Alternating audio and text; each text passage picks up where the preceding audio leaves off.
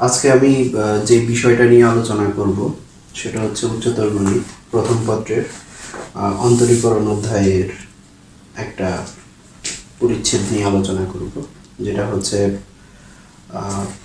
অক্ষরপত্র বইয়ের চ্যাপ্টার হিসাব করলে এটা হচ্ছে 9H এবং রূপন্তীর চ্যাপ্টার হচ্ছে 9.8, যেটার হেডিংসটা হচ্ছে স্পর্শকের নতি হিসেবে অন্তরজ। এখানে স্পর্শকের নতি হিসেবে অন্তরজ, অর্থাৎ অন্তরজের ব্যবহার স্পর্শকের নতি হিসাবে, যেটাকে আমরা নতি বা ঢাল বলি। অর্থাৎ যদি একটা বক্ররেখা দেওয়া থাকে, যেমন y ইকুয়ালস টু fx, সেটা fx যে কোনোটা হতে পারে, fx যে কোনো ফাংশন হতে পারে। যেমন নর্মালি আমরা যদি ইন জেনারেল যদি একটা ফাংশন ধরে নিই যে fx ইকুয়ালস টু কিছু একটা, যেমন x cube minus thrice x square plus 3x plus 6, এটা একটা ফাংশন। তো এইখানের মধ্যে fx এর যে কোনো বক্ররেখা, একটা বক্ররেখা যদি আমরা আঁকি, fx একটা বক্ররেখা যদি আমরা চিত্র আঁকি, চিত্রের মাধ্যমে দেখাই, যে কোনো হতে পারে। এই বক্ররেখা এটা হলো, এটাকে যদি fx দিয়ে নির্দেশ করি আমরা, অর্থাৎ y ইকুয়ালস টু fx, তো fx এর অর্থাৎ এই বক্ররেখার উপর অনেকগুলো বিন্দু আছে। প্রত্যেকটা বিন্দুতে এক একটা করে স্পর্শক আঁকা যাবে, প্রত্যেকটা বিন্দুতে এক একটা করে স্পর্শক আঁকা যাবে। এখানের মধ্যে আমি যদি এই বিন্দুটা হিসাব করি, তাহলে এই বিন্দু দিয়ে যদি আমরা স্পর্শক আঁকতে যাই, তাহলে দেখা গেছে যে এরকম হবে। আবার এই বিন্দু হিসাব করলে হচ্ছে স্পর্শক আঁকতে গেলে হচ্ছে এরকম হবে। অর্থাৎ আবার এই বিন্দু দিয়ে যদি আমরা স্পর্শক আঁকি, স্পর্শকটা এরকম হতে পারে। এই যে স্পর্শকগুলো কি এক একটা সরল রেখা, তাহলে সরল রেখা কি থাকবে, ঢাল থাকবে বা নতি, যেটাকে বলা হচ্ছে নতি বা ঢাল বা স্লোপ, যেটাই বলি না কেন। এখন এই স্পর্শকগুলার ঢালটা কি হবে, আমার y ইকুয়ালস টু fx যদি দেওয়া থাকে, সেই ক্ষেত্রে এটাকে যদি আমরা ডিফারেন্সিয়েট করি, অর্থাৎ এটা ডেরিভেটিভ, যেটা ডেরিভেটিভ অর্থাৎ dy dx বা ddx অফ y, এই পুরোটা, এই টার্মটাই হচ্ছে স্পর্শকের নতি। এই টার্মটা হচ্ছে স্পর্শকের নতি বা ঢাল। কার ঢাল? স্পর্শকের।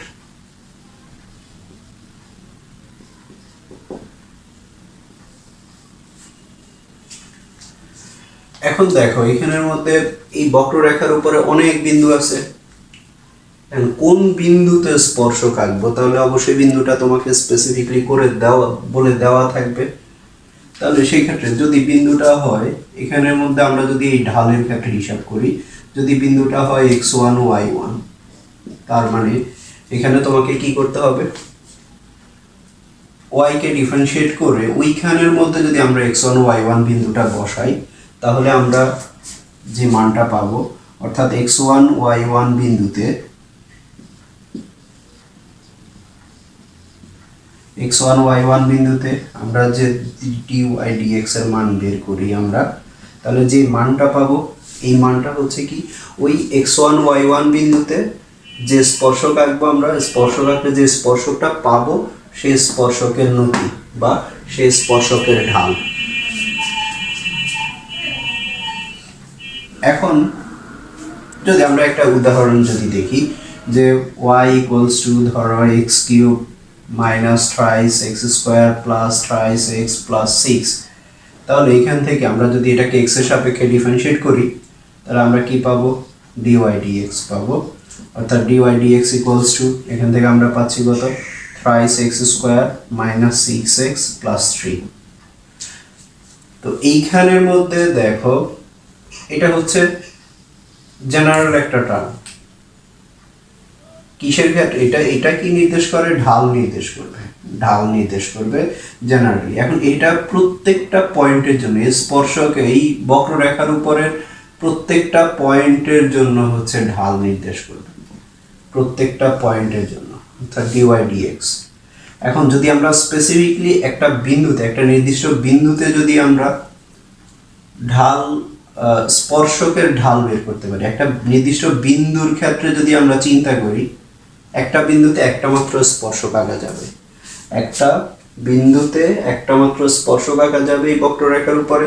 সেই ক্ষেত্রে এই বক্ররেখার ওই বিন্দুতে যে স্পর্শকটা হবে, যেমন এখানে x1 y1 এর কথা বললাম, তো এই x1 y1 বা একটা স্পেসিফিকলি যদি নির্দিষ্ট বিন্দুর কথা বলা হয়, যদি তোমাকে বলা হয় -1 1 বিন্দুতে, তাহলে সেই ক্ষেত্রে কি দাঁড়াবে?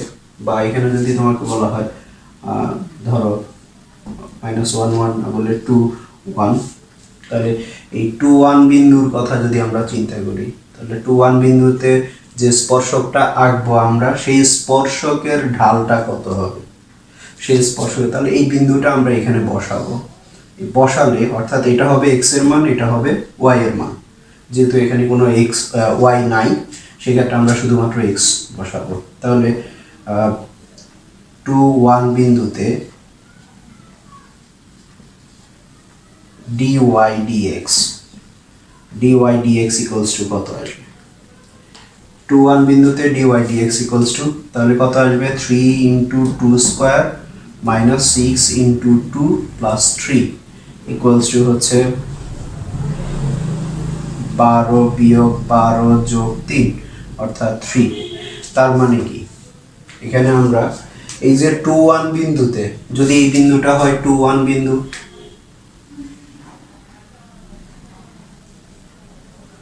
এই বিন্দুটা যদি হয় 2 1 বিন্দু, তাহলে এই যে স্পর্শক, এখানের মধ্যে এই 2 1 বিন্দু দিয়ে যদি আমরা স্পর্শক আঁকি 2 1 বিন্দু দিয়ে, তাহলে সেই ক্ষেত্রে এই যে স্পর্শক, এটার ঢাল হবে কত? 3 হবে। কার ক্ষেত্রে? বক্ররেখাটা যদি এই ইকুয়েশন দ্বারা নির্দিষ্ট করা হয়। তাহলে এই বক্ররেখার 2 1 বিন্দুতে যদি স্পর্শক আঁকা হয়, সেই স্পর্শকের ঢাল dy dx কত আসবে? 3 আসবে। এখন এই ক্ষেত্রে আমাদের ইকুয়েশন বের করাটা সহজ। আমরা সরলরেখার চ্যাপ্টারের মধ্যে আমরা পড়েছিলাম যে x1 y1 বিন্দুগামী এবং m ঢাল বিশিষ্ট একটা সরলরেখার সমীকরণ, অর্থাৎ সেটা ছিল হচ্ছে y minus y1 equals to ঢাল m into x minus x1। তো এখান থেকে দেখো, এখন যদি তোমাকে স্পর্শকের সমীকরণ বের করতে বলা হয়, তাহলে স্পর্শকটা কোন বিন্দু দিয়ে যাবে সেই বিন্দুর কথা অবশ্যই বলা থাকবে। স্পর্শকটা হচ্ছে 2 1 বিন্দুগামী, সেই স্পর্শকের ঢাল লাগবে, তোমাকে ঢাল লাগবে। দেখো আমরা ঢাল পেয়ে গেলাম, তাহলে স্পর্শকের সমীকরণ কি হবে? স্পর্শকের সমীকরণ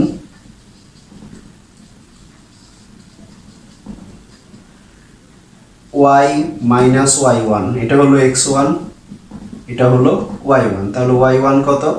1 equals to ঢাল আমরা পেলাম কত? 3 x minus x1, x1 কত? 2। এরপর এটাকে ক্যালকুলেশন করলে আমরা যে ইকুয়েশনটা পাবো সেটা হচ্ছে স্পর্শকের সমীকরণ। এখন আসো, এই স্পর্শকের ক্ষেত্রে অনেক রকমের বৈশিষ্ট্য আছে। স্পর্শকের বিভিন্ন কেস আছে, ক্ষেত্র আছে, ক্ষেত্র বিশেষে স্পর্শক কখন কিরকম হবে সেটা কিন্তু আমরা এই ঢাল থেকে বলতে পারবো। এই ঢালের মান থেকে আমরা বলতে পারবো, dy dx এর মান দেখে আমরা বলে দিতে পারবো স্পর্শকটা কিরকম হবে। যেমন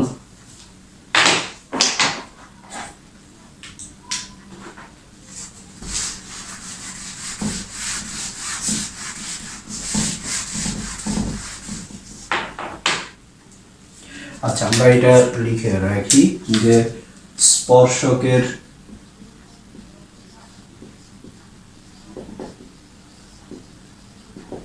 সমীকরণ তাহলে কি আসবে?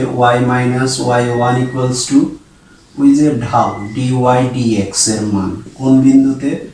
x1 y1 বিন্দুতে, অর্থাৎ যে বিন্দুর কথা বলা থাকবে সেই বিন্দুতে dy dx এর মান, আর এদিকে হচ্ছে ইনটু x minus x1। এটা হলো স্পর্শকের সমীকরণ। যদি আমাদেরকে স্পর্শকের সমীকরণ বের করতে বলা হয়, তাহলে আমরা এই সমীকরণের সাহায্যে বের করব। আর এরপরে আসো অভিলম্ব। এখন আসো অভিলম্বের ব্যাপারটা কিরকম, অভিলম্বটা কি। মূলত আমরা যদি একটা চিত্র আঁকি, ধরো এই বিন্দুতে স্পর্শক হবে, এটা হলো স্পর্শক,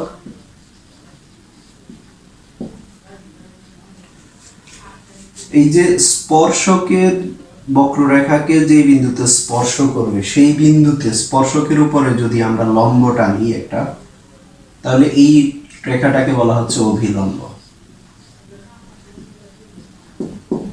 এটা হলো অভিলম্ব। তাহলে অভিলম্ব এবং স্পর্শক, এখান থেকে আমরা কি দেখতে পাচ্ছি, স্পর্শক এবং অভিলম্ব দুইটা রেখা হচ্ছে কি পরস্পর লম্ব, দুইটা রেখা হচ্ছে পরস্পর লম্ব। এখন আমরা যেহেতু স্পর্শকের ঢাল পেয়ে গেলাম, স্পর্শকের ঢাল কিভাবে, dy dx, এটাই হলো স্পর্শকের ঢাল। কোন বিন্দুতে, স্পেসিফিকলি যে বিন্দুর কথা বলা থাকবে, যদি x1 y1 বিন্দু আমরা ধরে নিলাম, তাহলে এটা হলো কি স্পর্শকের ঢাল, এটা হলো স্পর্শকের ঢাল। এখন এই ক্ষেত্রে দেখো অভিলম্ব, এবার আসো অভিলম্বটা। অভিলম্বটা কি বললাম, যে স্পর্শকের উপর লম্ব, স্পর্শ বিন্দুতে স্পর্শক ওই বক্র রেখাকে যে বিন্দুতে স্পর্শ করে সেই স্পর্শ বিন্দুতে স্পর্শকের উপর যদি লম্ব টানা হয়, তাহলে যে রেখাটা পাবো সেটা হচ্ছে অভিলম্ব, এটা হচ্ছে অভিলম্ব। তাহলে এখান থেকে আমরা দেখতে পাচ্ছি যে স্পর্শক এবং, আমি আবারও বলতেছি, স্পর্শক এবং অভিলম্ব হচ্ছে কি তাহলে পরস্পর লম্ব। সরলরেখা চ্যাপ্টারের থেকে আমরা শিখে থাকবো বা আমরা জেনে থাকবো যে দুইটা রেখা যদি পরস্পর লম্ব হয়, দুইটা রেখা যদি পরস্পর লম্ব হয়, একটা রেখার ঢাল যদি হয় m1 আর একটা রেখার ঢাল যদি হয় m2, তাহলে এদের গুণফল হচ্ছে কত, -1।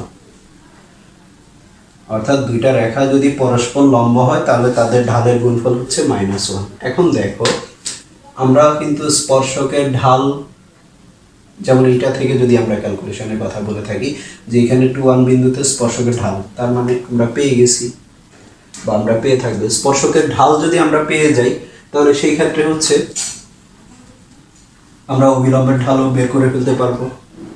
কিভাবে, এটা যদি স্পর্শক হয়, এটা যদি অভিলম্ব হয়, তাহলে সেই ক্ষেত্রে m2 ইকুয়ালস টু কত, -1/m1।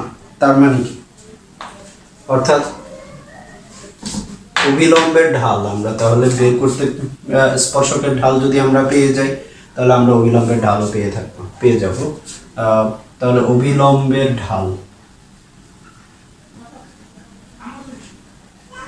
অভিলম্বের ঢাল হবে কি -1 স্পর্শকের ঢাল, স্পর্শকের ঢাল।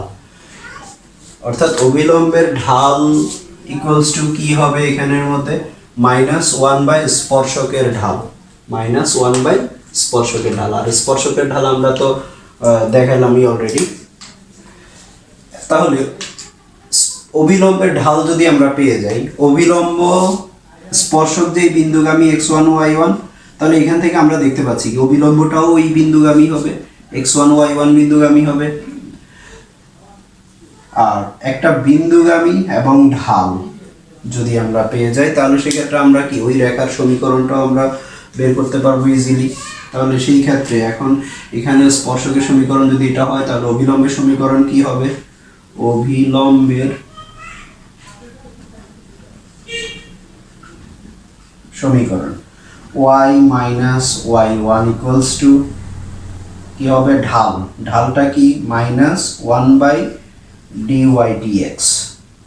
কোন বিন্দুতে, এই যে x1 y1 বিন্দুতে dy dx এর মান, আর এদিকে হলো কি x - x1।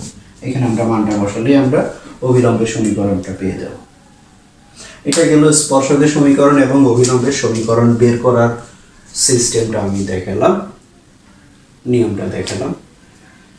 তাহলে আমি যদি আবার শুরু থেকে বলি, একটা বক্ররেখা যদি তোমাকে দেওয়া হয়, সেই বক্ররেখার উপরে একটা বিন্দুর কথা যদি বলা হয়, যে ওই বিন্দুতে স্পর্শক এবং অভিলম্বের সমীকরণ নির্ণয় করো। তাহলে প্রথম কাজ কি আমাদের, y ইকুয়ালস টু যদি এটা দেওয়া থাকলো সেক্ষেত্রে আমাদের প্রথম কাজ হচ্ছে x এর সাপেক্ষে অন্তরীকরণ করতে হবে। x এর সাপেক্ষে অন্তরীকরণ করে dy dx এর মান আমাদের বের করতে হবে। সেই ক্ষেত্রে আমরা এখান থেকে যেমন এটা থেকে আমরা পাচ্ছি এটা, এখন যদি তোমাকে বলা হয় 2 1, আমি একটা উদাহরণ হিসাবে 2 1 এর বিন্দু বললাম যে এই বক্ররেখার উপরে 2 1 বিন্দুতে স্পর্শক এবং অভিলম্বের সমীকরণ বের করার জন্য। তাহলে 2 1 বিন্দুতে dy dx এর মান কত আসলো, 3 আসলো। তাহলে সেই ক্ষেত্রে স্পর্শকের সমীকরণ কত, y মাইনাস y1, এই যে এটা y মাইনাস y1, y1 কত এখানে আমার 1, তাহলে y মাইনাস 1 ইকুয়ালস টু ঢাল, অর্থাৎ dy dx এর মান কোথায়, x1 y1 বিন্দুতে, অর্থাৎ 2 1 বিন্দুতে dy dx এর মান কত, 3, তাহলে 3 ইন্টু x মাইনাস x1 কত এখানে 2। এটা হলো ক্যালকুলেশন করলে আমরা স্পর্শকের সমীকরণ পেয়ে যাব। এখন আসো যদি তোমাকে বলা হয় অভিলম্বের সমীকরণ, তাহলে অভিলম্বের ঢাল আমাদের বের করে নিতে হবে।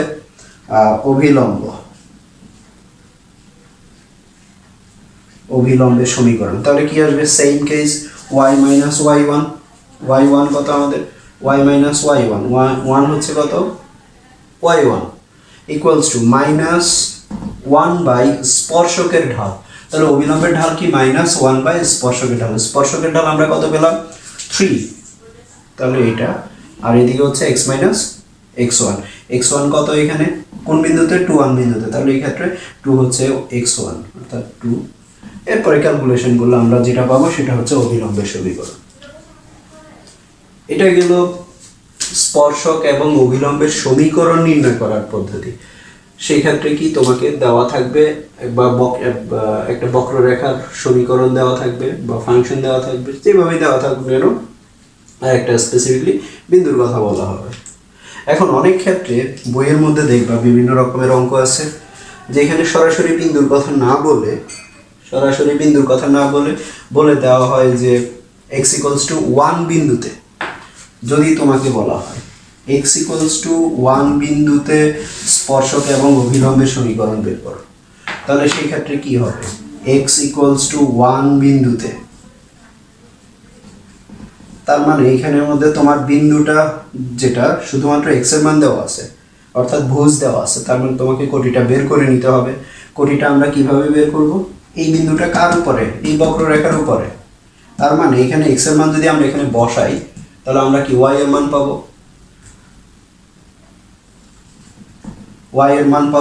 y এবং x মিলে হচ্ছে কি ওই বিন্দুটা পাওয়া যাবে। অর্থাৎ এখানে যদি আমরা x ইকুয়ালস টু 1 বসাই তাহলে আমরা পাচ্ছি 1 মাইনাস 3 প্লাস 6 ইকুয়ালস টু হচ্ছে 6, তাহলে সেক্ষেত্রে বিন্দুটা হবে কি,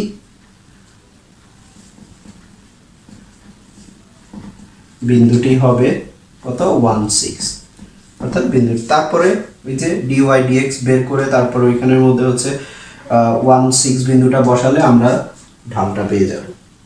কার ঢাল পাবো, এটা স্পর্শকের ঢাল। এটা মনে রাখতে হবে dy dx বা ddx অফ y হচ্ছে কার মান, এটা নতি নির্দেশ করে বা ঢাল নির্দেশ করে বা স্লোপ নির্দেশ করে, কার স্লোপ নির্দেশ করে, স্পর্শকের।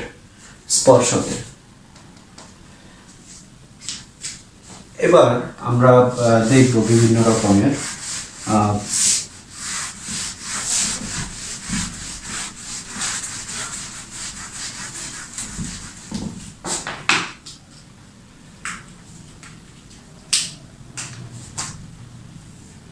স্পর্শকের ক্ষেত্রে স্পর্শকটা যদি x অক্ষের সমান্তরাল হয় তাহলে কি হবে, এটা হলো স্পর্শক যদি x অক্ষের সমান্তরাল হয়, x ও x প্রাইম, y ও y প্রাইম। এখন দেখো এখানের মধ্যে স্পর্শকটা যদি x অক্ষের সমান্তরাল হয় তাহলে এটা x অক্ষের সাথে কত ডিগ্রি কোণ উৎপন্ন করবে, থিটা। আচ্ছা, তার আগে বলি আমাদের এই স্পর্শকের ঢাল কি হবে, এটা যদি y ইকুয়ালস টু fx দেওয়া থাকে তাহলে dy dx, এটা হলো স্পর্শকের ঢাল। আবার ঢালকে আমরা কিভাবে, আমরা সরলরেখা চ্যাপ্টারে অলরেডি করে থাকার কথা, ওখান থেকে আমরা জানি কি, যদি একটা রেখা যদি একটা রেখা এক্স অক্ষের সাথে এক্স অক্ষের ধনাত্মক দিকের সাথে যদি থেটা কোণ উৎপন্ন করে, তাহলে ওই থেটা কোণের ট্যানজেন্ট অর্থাৎ ট্যান থেটা নিলে যে মানটা পাবো সেটা হচ্ছে কি ঢাল, ওই সরল রেখার ঢাল নির্দেশ করে।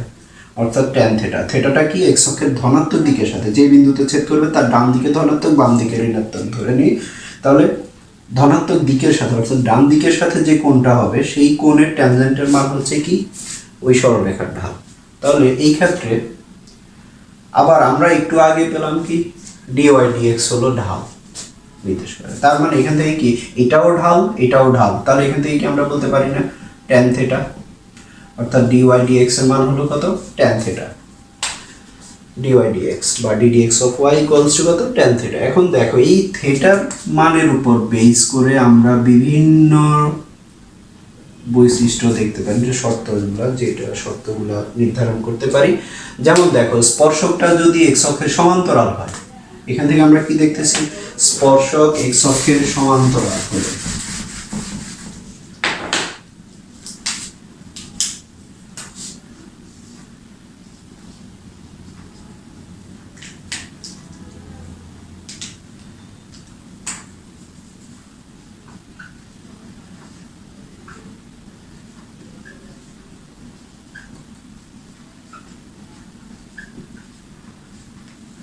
এক্স অক্ষের সমান্তরাল হলে, স্পর্শকটা যদি এক্স অক্ষের সমান্তরাল হয়, তাহলে এই ক্ষেত্রে থেটার মান কত, এই ক্ষেত্রে থেটা ইকুয়ালস টু কত 0 ডিগ্রি।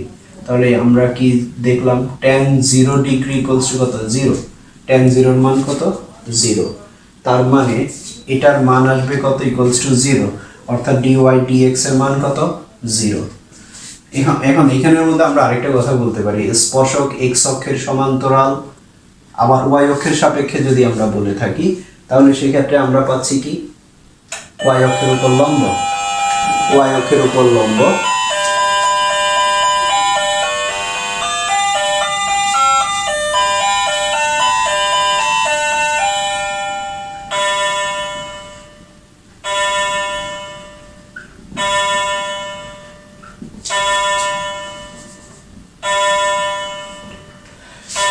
তাহলে দেখো এখানে স্পর্শক এক্স অক্ষের সমান্তরাল অথবা ওয়াই অক্ষের উপর, ওয়াই অক্ষের সাপেক্ষে যদি বলে থাকি তাহলে ওয়াই অক্ষের উপর লম্ব হলে এখান থেকে আমরা কি বলতে পারি, বলে এখানে থেটার মান 0 ডিগ্রি, তো tan 0 মানে 0, তার মানে dy dx এর মান 0, dy dx ইকুয়ালস টু হলো 0। তাহলে দেখো অনেক ক্ষেত্রে তোমাকে এইটা যদি ব্যাপারটা যদি বুঝে থাকো তাহলে তোমাকে মুখস্থ করতে হবে না। কিরকম, যে স্পর্শক হচ্ছে এক্স অক্ষের সমান্তরাল, এক্স অক্ষের সমান্তরাল যে কোনো রেখা এক্স অক্ষের সাথে কত ডিগ্রি কোণ উৎপন্ন করবে 0 ডিগ্রি কোণ উৎপন্ন করবে, এক্স অক্ষের সমান্তরাল রেখা এক্স অক্ষের সাথে 0 ডিগ্রি কোণ উৎপন্ন করবে, আর আমরা জানি ঢাল হচ্ছে tan থেটা, তাহলে এখানে 0 যদি বসাই তাহলে আমরা পাচ্ছি tan 0, tan 0 এর মান কত 0, তার মানে এটাই ঢাল। আবার এদিকে আমরা বললাম dy dx বা ddx অফ y, তাহলে ddx of y equals to কত হবে tan 0 মানে হচ্ছে 0, অর্থাৎ dy dx বা ddx of y equals to কত 0। কখন হবে, যখন স্পর্শক x অক্ষের সমান্তরাল হবে অথবা y অক্ষের উপর লম্ব হবে। এরপরে আসো 2 নাম্বার কেস, নাম্বার 2 হচ্ছে স্পর্শক যদি x অক্ষের উপর লম্ব হয়, অর্থাৎ যদি এরকম স্পর্শক যদি এরকম হয় x অক্ষের উপর লম্ব, তখন এখানে থেটার মান কত হচ্ছে 90 ডিগ্রি, থেটার মান 90 ডিগ্রি। তাহলে স্পর্শক x অক্ষের উপর লম্ব আবার y অক্ষের সাপেক্ষে যদি আমরা বলি y অক্ষের সমান্তরাল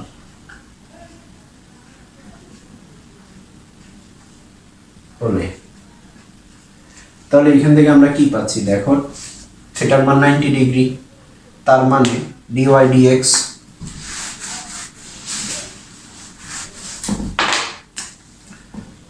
tan 90, আমরা জানি tan 90 হলো অসংজ্ঞায়িত, অসংজ্ঞায়িত মানে হচ্ছে কোনো কিছু ডিভাইডেড বাই 0 বা 1 বাই, সাধারণত 1/0 ধরি। তাহলে সেই ক্ষেত্রে আমরা কি পাচ্ছি এখানে tan dy dx এর মান কি আসবে 1/0। তাহলে এখন দেখো এটা আসবে অসংজ্ঞায়িত। তো এটা লেখাটা কেমন জানো, কিন্তু এটাকে দেখো যদি আমরা উল্টাই লিখি 0/1 তাহলে আমরা বলতে পারি কি 0। এটাকে যদি আমরা উল্টা দিই, এই অপারেটরটাকে এটাকে কিন্তু উল্টানো যায় অর্থাৎ এটাকে যদি চেঞ্জ করা হয়, উভয় পাশে যদি চেঞ্জ করা হয় তাহলে মান অপরিবর্তিত থাকবে, অর্থাৎ dx বাই dy। তাহলে এখান থেকে আমরা কি পাবো, dx বাই dy 0/1 মানে হচ্ছে 0। তাহলে এই জিনিসটা আমরা এখানে অ্যাপ্লাই করতে পারি, dx by dy equals to 0, dx by dy equals to 0। এখন তোমার মনে কোশ্চেন হতে পারে আমি তো dy dx বের করতে পারি, dx dy কিভাবে বের করব? ওটা ছিল dy dx মানে কি x এর সাপেক্ষে y কে অন্তরীকরণ করা, এখানে হচ্ছে x কে y এর সাপেক্ষে অন্তরীকরণ করা, অর্থাৎ রিভার্স প্রসেস। রিভার্স বলতে কি উল্টা। যেমন দেখো তুমি এটাকে ইন জেনারেল সাধারণভাবে যেভাবে করে আসছো ওইভাবে করতে পারি আমরা। যদি কোনোভাবে আমরা কোনো একটা রাশিকে ডিফারেন্সিয়েট করে x এর সাপেক্ষে ডিফারেন্সিয়েট করে যদি আমরা twice x প্লাস y বা thrice y এরকম আমরা যদি একটা মান পেয়ে থাকি, তাহলে সেই ক্ষেত্রে দেখো এটাকে উল্টানো মানে এখানে আমরা এইভাবে লিখতে পারি dy dx ইকুয়ালস টু, অর্থাৎ এই রাশিটাকে যদি আমরা উল্টা দিই তাহলে এখানে মানটা উল্টে যাবে, অর্থাৎ thrice y by twice x plus y। অর্থাৎ এই ক্ষেত্রে কোনো মানের কোনো চেঞ্জ হবে না। তার মানে সাধারণভাবে dy dx বের করে ওটাকে উল্টা দিলে dx dy হয়ে যাবে, ওটা ইকুয়ালস টু 0, ওটা ইকুয়ালস টু 0। অথবা তুমি এখান থেকে লিখতে পারবে হচ্ছে dy dx ইকুয়ালস টু হচ্ছে 1/0, যেভাবে লিখি না কেন। তাহলে এই শর্তগুলো যদি তুমি বুঝে থাকো এখান থেকে, তোমাকে আর মুখস্থ করতে হবে না। আমি আবারও বলি, দেখো যদি স্পর্শক x অক্ষের সমান্তরাল হয়, x অক্ষের সমান্তরাল যে কোনো রেখা x অক্ষের সাথে কি করে 0 ডিগ্রি কোণ উৎপন্ন করে, তাহলে tan 0 মান কত 0। আবার যদি স্পর্শক যদি y অক্ষের x অক্ষের সাথে 90 ডিগ্রি লম্ব হয় অর্থাৎ 90 ডিগ্রি, তখন থিটার মান কত হবে 90 ডিগ্রি। আর আমরা জানি tan 90 এর মান কত অসংজ্ঞায়িত অর্থাৎ 1/0। সেক্ষেত্রে হচ্ছে কি dy dx এর মান হচ্ছে কি 1/0। তাহলে স্পর্শক x অক্ষের সমান্তরাল হলে dy dx এর মান 0, আর x অক্ষের সমান্তরাল রেখা x অক্ষের সাথে 0 ডিগ্রি কোণ উৎপন্ন করে tan 90, dy dx মানে হচ্ছে tan থিটা, dy dx মানে হলো tan থিটা। তাহলে সেক্ষেত্রে থিটার মান বসালে tan 0, সেক্ষেত্রে হচ্ছে dy dx ইকুয়ালস টু কত 0। আর x অক্ষের উপর লম্ব মানে থিটার মান 90 ডিগ্রি, আর dy dx equals to tan 90, dy dx equals to tan 90 মানে হচ্ছে কি 1/0, হ্যাঁ, অর্থাৎ 1/0। অথবা উল্টা করে লিখলে হচ্ছে dx by dy equals to কত 0। কিভাবে 0? এই যে এটাও উল্টে যাবে, এটাকে যদি আমি উল্টাই দিই dx dy, তাহলে এটা এই মানটাও উল্টে যাবে, এই মানটা যদি উল্টে যায় উপরে 0 যাবে, নিচে 1, 0 কে সামথিং লাইক যা কিছু দিয়ে ভাগ করি না কেন রেজাল্ট হবে 0, অর্থাৎ dx by dy equals to 0। আরেকটা কেস হচ্ছে যদি স্পর্শকটা যদি উভয় অক্ষের সাথে সমান সমান কোণ উৎপন্ন করে, স্পর্শক উভয় অক্ষের সাথে সমান সমান অর্থাৎ x ও x প্রাইম, y ও y প্রাইম, এদিকে হলো 45 ডিগ্রি, এইদিকে হলো 45 ডিগ্রি, সমান সমান কোণ উৎপন্ন করে। আরেকটা ক্ষেত্র তৈরি হতে পারে এদিকে বা এটার সাথে এদিকে 45 ডিগ্রি, এদিকে 45 ডিগ্রি। তাহলে ওভারঅল যদি আমরা হিসাব করি x অক্ষের সাপেক্ষে যদি আমরা হিসাব করি, তাহলে সেই ক্ষেত্রে কি হচ্ছে এখানের মধ্যে আমরা যদি x অক্ষের সাপেক্ষে কোণগুলো হিসাব করি, তাহলে একটা কোণ পাচ্ছি আমরা এইটা, আর আরেকটা কোণ হবে কি এখান থেকে এই পর্যন্ত। তাহলে মূলত কি এখান থেকে এই পর্যন্ত, এদিক থেকে এই পর্যন্ত হচ্ছে কি 45, আর এখান থেকে এই পর্যন্ত হলো 90 ডিগ্রি প্লাস 45, অর্থাৎ হলো 90 ডিগ্রি প্লাস 45 ইকুয়ালস টু 135। এখন আসো আমরা যদি ঢালের কথা বের করতে ঢালের কথা বলি, অর্থাৎ dy dx, এই যে স্পর্শক হবে, এই স্পর্শক ইকুয়ালস টু tan, একটা 45 যদি আমরা হিসাব করি তাহলে 1 পাচ্ছি, tan 135 যদি আমরা হিসাব করি তাহলে -1 পাচ্ছি। তাহলে এখান থেকে কি বলা যাচ্ছে, স্পর্শক যদি 3 নাম্বার কেস, স্পর্শক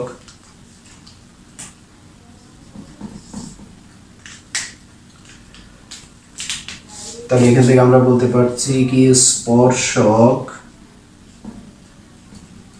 উভয় অক্ষের সাথে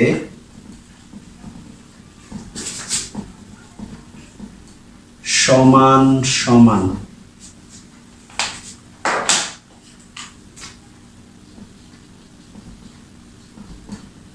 কোণ উৎপন্ন করলে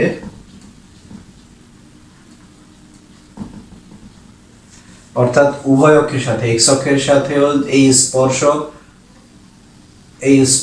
এক্স অক্ষের সাথে যা কোণ উৎপন্ন করবে, ওয়াই অক্ষের সাথে তা কোণ উৎপন্ন করবে, সেক্ষেত্রে কি দাঁড়াচ্ছে dy dx একবার হবে 1 আর একবার হবে -1, অর্থাৎ এই ক্ষেত্রে আমরা বলতে পারি +-1। এই আরেকটা কেস, স্পর্শক যদি উভয় অক্ষের সাথে সমান সমান কোণ উৎপন্ন করে তাহলে সেই ক্ষেত্রে আমরা পাচ্ছি কি dy dx এর মান হচ্ছে +-1, অর্থাৎ 45 এর ক্ষেত্রে +1 আর 135 এর ক্ষেত্রে -1। তাহলে তিনটা ক্ষেত্র তৈরি হচ্ছে স্পর্শকের। এই হলো মূলত এই চ্যাপ্টারের বেসিক। এরপরে আমরা কয়েকটা অঙ্ক দেখব পরের লেকচারে। Thank you.